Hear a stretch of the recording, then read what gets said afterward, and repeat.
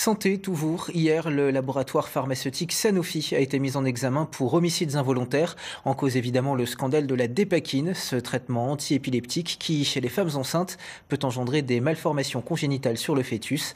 À Annecy, une famille va donc porter plainte comme plusieurs dizaines d'autres. Un témoignage émouvant recueilli par Xavier Schmitt et Franck Serroni. L'album de naissance de Guilhem, né en 1999. Des souvenirs de bonheur et de douleur. Au fil du temps, les parents découvrent des anomalies congénitales, physiques et neurologiques. La famille vit les 1000 épreuves pour élever un enfant handicapé. J'ai eu des difficultés à sociabiliser, à me faire des amis, tout ça. J'ai aussi assuré les cours parce que mon quotidien c'était école, médecin, hôpital. Et pendant des années, aucune explication médicale, jusqu'en 2016, quand le lien est établi avec la dépakine.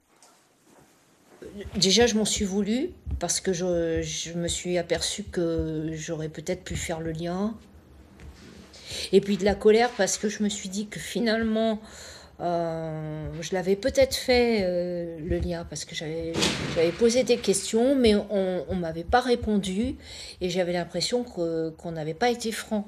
Pris par une femme enceinte, ce médicament contre l'épilepsie peut nuire au fœtus.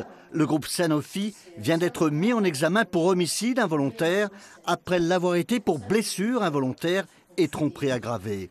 Et la justice lui impose une caution de 80 millions d'euros. Pour les victimes, savoir qu'il y a des garanties financières, ça veut dire que lorsque le tribunal va statuer, lorsque la responsabilité du laboratoire sera retenue, les victimes pourront attendre une réelle indemnisation du groupe pharmaceutique. Une quarantaine de familles groupées dans une association mènent le combat judiciaire contre Sanofi. Cette famille va porter plainte à son tour. Selon les estimations, ce scandale sanitaire touche entre 15 000 et 30 000 enfants handicapés.